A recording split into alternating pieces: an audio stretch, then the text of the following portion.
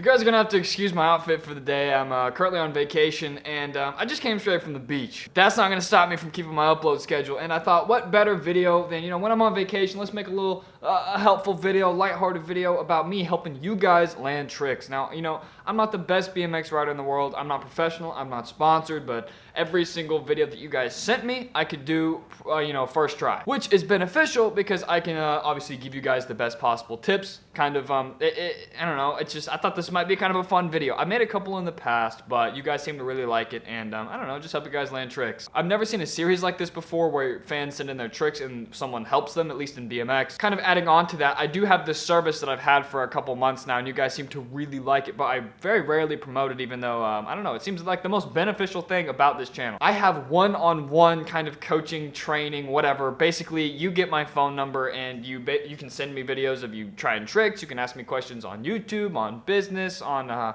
anything really. Maybe, advice on buying a BMX bike, pretty much anything you want. First link in the description, go check it out. It's on my Patreon, and what it is $10. You get my phone number, and it's one-on-one training with me. We text back and forth. I reply usually within a couple hours. And those of you who are a part of that program seem to really enjoy it and get a lot out of it, because honestly, I wish I had something like this when I was first started, because BMX, it took me a long time to kind of figure out the basics. I burnt a lot of money on parts. I wasted a lot of time making YouTube videos the wrong way, and I spent a lot of time just dicking around and not landing tricks when I should have, when there's simple solutions. So jumpstart your BMX career. Like I said, I wish I had this when I first started, and invest in what you love to do. First link in the description. Let me help you out. Anyway, let's get into the first video. First video is sent in by Finlay Finlayeade. Finlayeade? I don't know, you tell me. Let's see what he's got.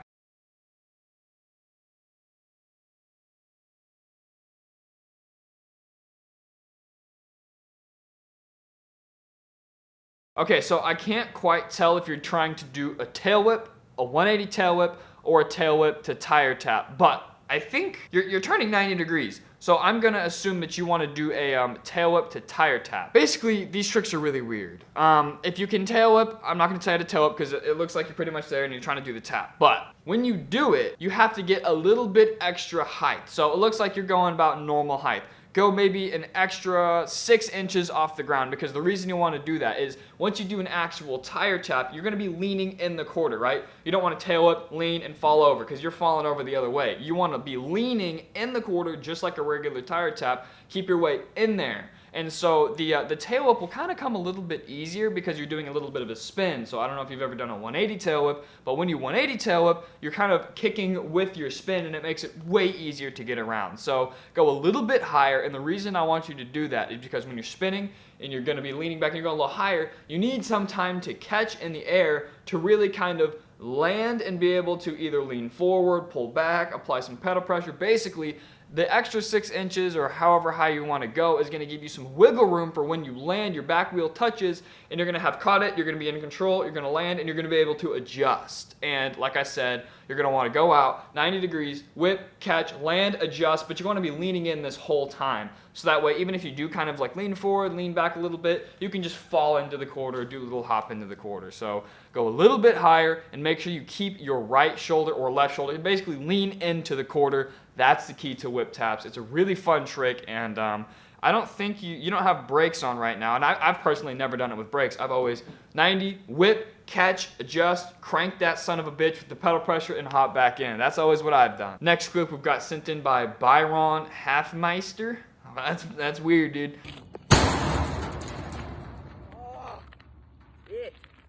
Alright, so it looks like you have a switch pegs to easy 180. So switch pegs, regular 180. I actually just taught my buddy Thug, you guys know him as Famous Lorenzo, he's another YouTuber. I just taught him this trick literally the day before I came on vacation. And his problem was the exact same as yours. He was right there, but he couldn't quite get the snap, because sometimes you might land that. You land a little bit over 90, but you're stuck. You're not doing a fakie. You're just sitting there and you do a sketchy half cab. It's a shit show. You don't want to do that. Here's what I told him. Pull up. You're just kind of fighting the rail, right? You're on the rail and you're pulling straight sideways. You're fighting the rail. If you pull up first, instead of doing like a bunny hop 180, do more of a J hop 180. So in other words, instead of going double peg, fight the rail, go double peg, jump up, not only is that going to give you more height, it's going to be able to make you kind of melt off the rail a lot easier. So for you, do more of a pull up motion. Don't try to fight the rail so much.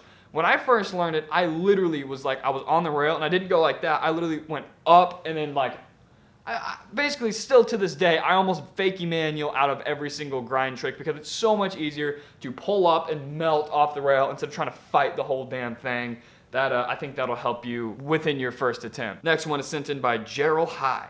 He sent in 2 videos, a bar spin and a 360. So we're gonna start with the bar spin. All right, you didn't even try. You didn't even try. That was a super pathetic attempt. That was terrible. Okay, but here's the thing. Here's why I know you didn't try. You jump up, and hey, your feet stay on. That's a big accomplishment. That's the part that people have the most problem with. But for the bar spin, you didn't even fucking try, dog. What you did is you jumped up, you fully committed, but you just let go. As soon as you tossed the bar, that's when you uncommitted. That's when everything fell apart. What you want to do is you want to hop. You don't want to throw down. A lot of people don't realize, like, why can't I land bar spins? Why are they landing so under me? Most people don't realize this. You are throwing down. What you want to do is throw towards you. So notice you jump up, you throw down, and your bike just falls away from you, and you're like this. What you do is you jump and you throw towards you, so your bars don't move. They're not going up, they're not going down. If anything, if you have a really bad problem, I did this when I was learning nollie bars because I needed the little extra lift. I would nollie and I would bar spin up towards me, so my bike would, nollie, and then I throw it and it just stays down there. You have to kind of toss it up. Pretty much what I'm trying to say is don't throw it down and actually give a shit about it. Just try that out.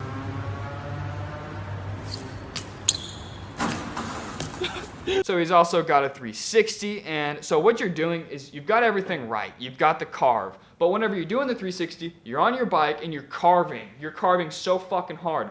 You need to tone down the carve a little bit. You've clearly got the spin. You just need a little bit more hop, a little bit more height to really get that floaty motion. So once you carve, focus a little bit less on pulling out and just getting the spin, because you've got the spin right. Some people, they get the height, they get the hop, but they don't rotate all the way. Some people, they rotate all the way, but they don't get the height and they don't get the clean, the clean landing like they want. So yours is really easy. Once you're carving, don't kind of like carve and then just twist sideways. Carve and pull up. So you're riding your bike, you're carving, and you jump like that. What you want to do is you ride, carve, and then pull up, if that really makes any sense. So instead of carving, turning, carve, turn, and then pull up. The kind of diagonal, more up motion versus going like that, it's going to give you more time. And when you do that, you've got the spin. You're almost got it even not barely hopping off the ground. So once you do that, you might even be able to get a really cool dipped look, because the more straight up you pull, the more dipped it becomes. So all you got to do, focus on the pull up and not the rotation. Simple solution. You'll probably get that in 5 minutes. Next video sent in by Madtown559_.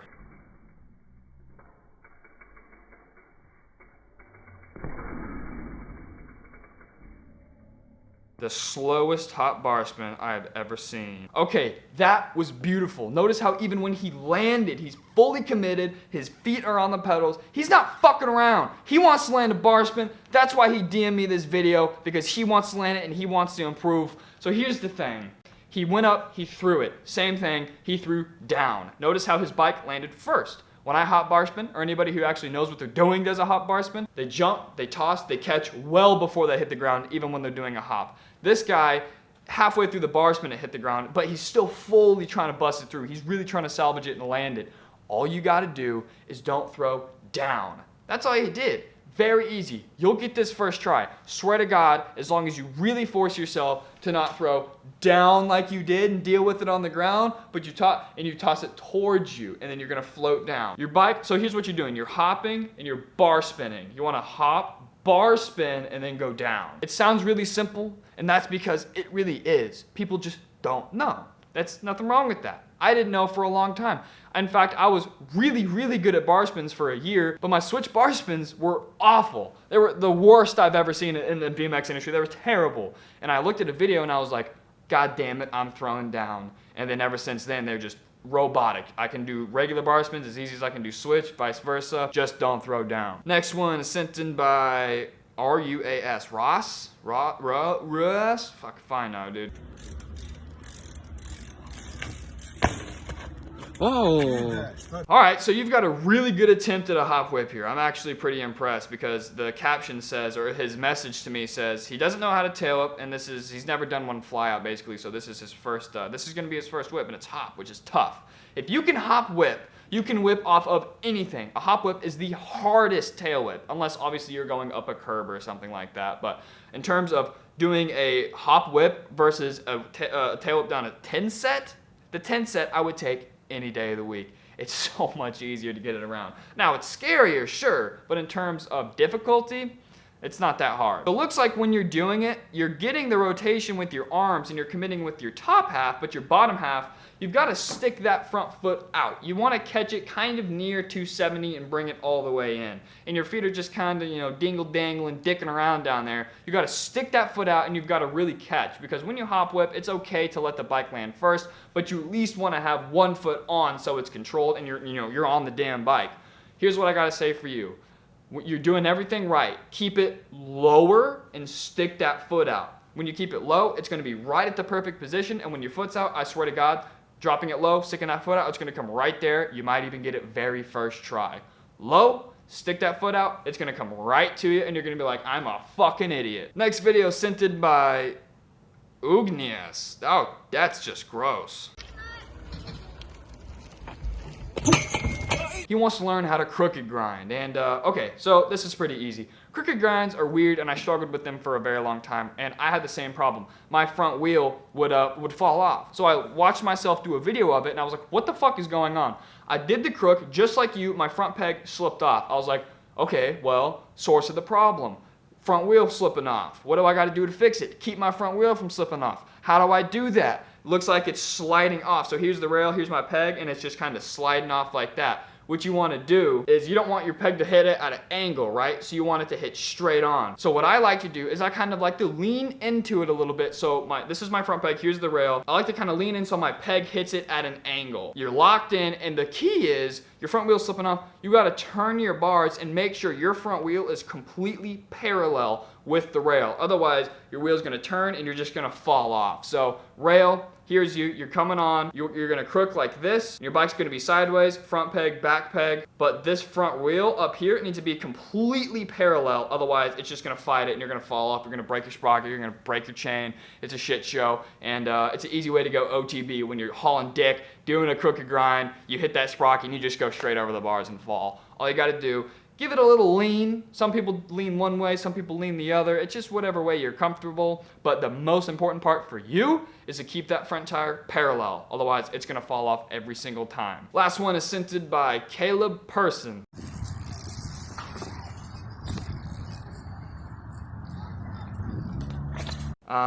He wants help with 360s. And the fun fact about this park is when I was living in Kansas City about a year ago, this wasn't my local park. My local park was technically Grandview. But if that park just got, ISIS bombed, fucked up, and it no longer existed, this would have been my local park. So I spent a lot of time at this skate park, probably just as much as my actual local. This is Lee Summit Skate Park in Missouri. It's not quite, in Kansas City, but it's about 20 minutes away, if that. It's a great park. Highly recommended if you're going through Lee Summit, Missouri, Kansas City area.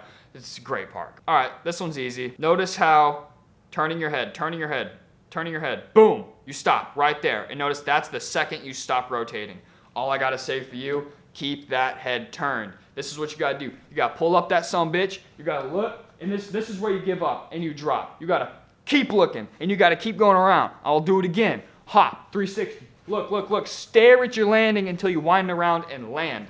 Just turn your head. You clearly know that, but you just don't realize that, hey, at this point, about 240 degrees, my head stops rotating, and I need to fix that. There you go. Turn your head, lock eyes with your landing. That goes with any trick. You stay turned around like this, and then you stay like that until you're staring at your landing, and then you keep staring at it until you're fully around. That's the key to spin tricks, and when I was learning 540s, I had a big problem with that, and I would do the 360, and then I'd be like, all right, I'm just gonna float this extra 180, it's just gonna happen. No, I didn't realize, even with the 540, you are fully turned until the second you land the bike, pretty much. Until the second you spot your landing, and then you kind of unwind and slow down and land perfectly. So even personally with me, with spin tricks, I struggled because just like you, I knew how to do it, but I didn't realize that I was actually not turning my head the entire duration of the trick.